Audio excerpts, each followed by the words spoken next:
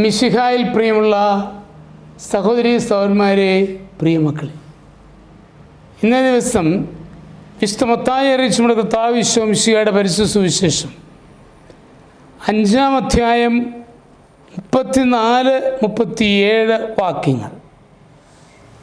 St. Matthew's Gospel, chapter 5, verses 34 and 37.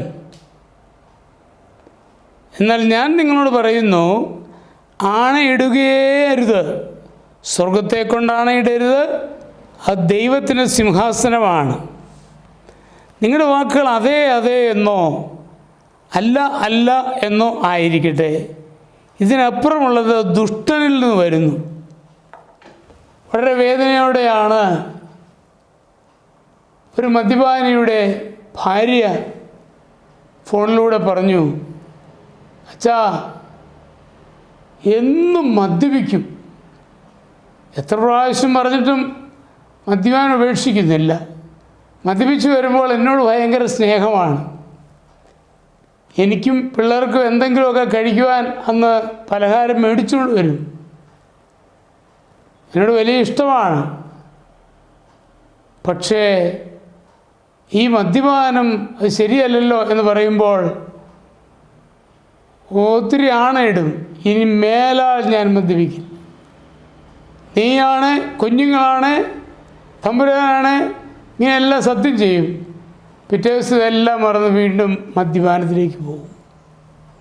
ഞാൻ എന്താണ് വെച്ചാൽ ചെയ്യുക? ഈ മനുഷ്യന് അതിൽ നിന്ന് വിമോചനം കിട്ടുന്നില്ല. അച്ഛൻ പ്രാർത്ഥിക്കണമേ എന്ന് പറയുകയാണ്. തീർച്ചയായിട്ടും പ്രാർത്ഥിക്കാം എന്ന വാഗ്ദാനം കൊടുത്തു. എങ്കിലും നമ്മൾ മനസ്സിലാക്കേണ്ട ഒരു കാര്യം ഇതാണ്. ഈശോ പറയുന്നത് അതെ അതെ എന്നോ അല്ല അല്ല എന്നോ ആയിരിക്കട്ടെ നിങ്ങളുടെ വാക്യം. അല്ലാതെ ശപഥം ചെയ്യുന്നത് ദുഷ്ടനിൽ നിന്നാണ്. പ്രധാന വചനം ശ്രദ്ധിക്കുക.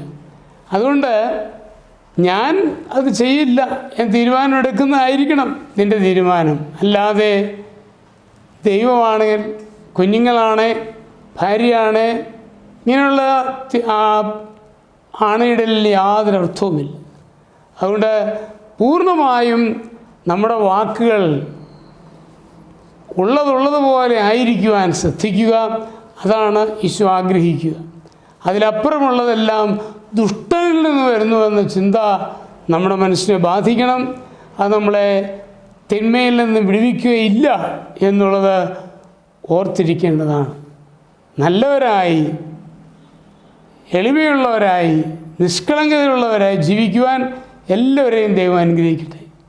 നമ്മുടെ കർത്താവ് ഈശോ മിശിഹായുടെ കൃപയും പിതാവായ ദൈവത്തിനുള്ള സ്നേഹവും പരിശുദ്ധാത്മാവിൻ്റെ സഹവാസവും നിങ്ങളെല്ലാവരോടും കൂടി ധാരാളമായിട്ടുണ്ടായിരിക്കട്ടെ, ഇപ്പോഴും എപ്പോഴും എന്നേക്കും.